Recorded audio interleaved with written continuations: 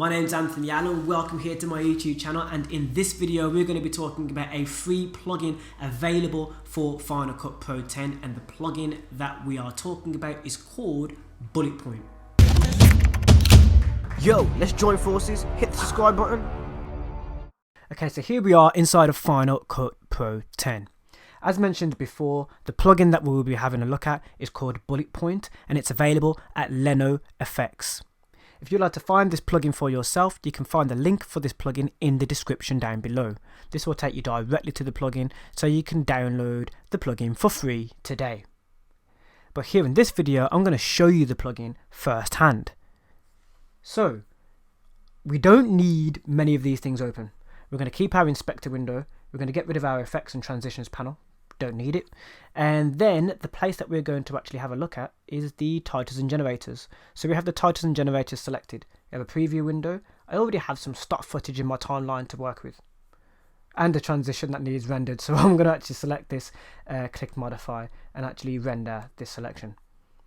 So the first place we're going to have a look at is in the transitions panel. Let's scroll through to see if we can find our bullet point.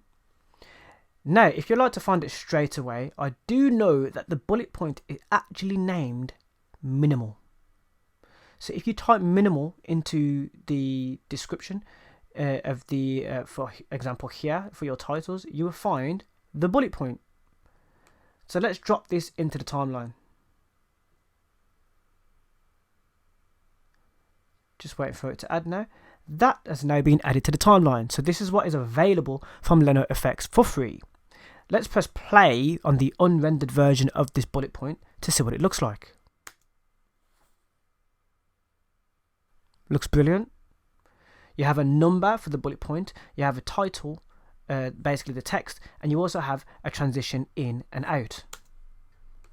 So let's go back and start playing around with this plugin. So the first thing you want to do is you want to select it to make any changes. This will then bring up the inspector. The inspector is already loaded up. And if you go towards this T here, you can go to the title properties, things that you can change with the title. Now you can change the position. Do remember to actually move forward along the clip so that you're not on top of the in transition or out transition. Stick around about the middle, just in case you have a sort of zoom or a pan or a movement built in to the title. That way you will have the exact moment where the title is at its fullest and is not moving as much as it would be otherwise with a transition or a transition in and out. So here you can mess around with the position. You can also do this with the on-screen controls. So there's an on-screen control where you can move this title around, and as you can see in the properties there, you can see the numbers of the X and Y axes moving when I move the title accordingly. You can of course go into those positions via the inspector, and you can actually scroll up and scroll down to move that off screen, not using the on-screen controllers. You can also keyframe this movement if you would like to make this, you know, a keyframed movement, meaning it will move on screen naturally. For example, if I go to the start of the transition, of the title, sorry, I click on the position and I keyframe, and then I go to the middle, and then I make another keyframe, and then I move it to the right. This will gradually move to the right and we play through from start to the middle of the title. For example, let's press play and I'll show you. You can see the title is moving. Now I'm just going to press Command and Z to undo those keyframes. So there we have it. We've just undone all of the changes that we've just made. If you'd like to learn more shortcuts, by the way, I also have a video on the 5 top most useful shortcuts of Final Cut Pro 10. At this point as well, we're also going to change the workspace a little bit, and we're going to get rid of our browser because it's not needed. Then we can make this bigger, and that way we can see more of what we're doing on screen. So of course you can change the text for it to say whatever you like. For it to say what you like. And you can of course change the font of this as well. I like to highlight the text to make sure that it's actually changing what I want it to change. You can change this text to whatever you like as well. It doesn't have to be the text that you're given to begin with. I'm just using that one because it's a bit unusual. You can change the size of this text, and of course you can change the color. Now you can also change the color of the shapes as well. So there's a shape behind. If we change it to a purple, you see that changes purple. There is a line which is to do with the transition. So there's a line within the transition that you can change. I think it's this one here, the red on the corner. The only way to sometimes find out is to just test things out and just move them around. Yes, it was the red one that's on the corner. We can change that to blue. Just for an example.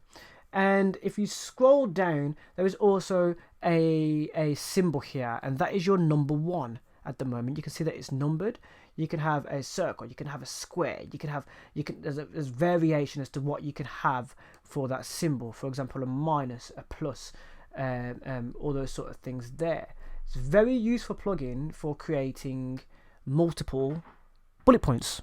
And of course, you can actually take off the build in and build out transitions. For example, if you don't want it to build in, you don't want it to transition in at all, you just want it to appear on screen, you uncheck that, and for the same for the build out.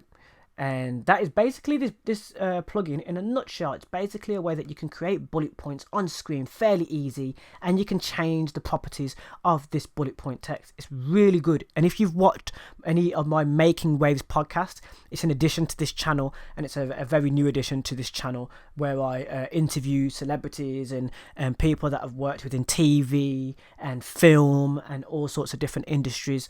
It's where I interview those celebrities and individuals. And there are different types of people that we interview on the Making Waves podcast. But anyway, if you've noticed and watched that podcast, you will see a minimal title that appears across the top of the screen, and that is basically me using minimal for a different purpose. So what you can do is you can use your imagination. You can get rid of the bullet point, and you can just literally use this as a title. For example, we're going to move this off screen just slightly so that the title appears without a bullet point. Many different ways that you can use this plugin, and it's very, very useful. So if you've enjoyed this video, definitely give me a thumbs up, guys. Hit the subscribe button if you'd like to see more. This is an entirely free download. It's a free plugin available at Leno FX. The link for this plugin is down in the description down below, and hit the subscribe button if you'd like to find more free plugins and more information on software and plugins and things for your editing and more.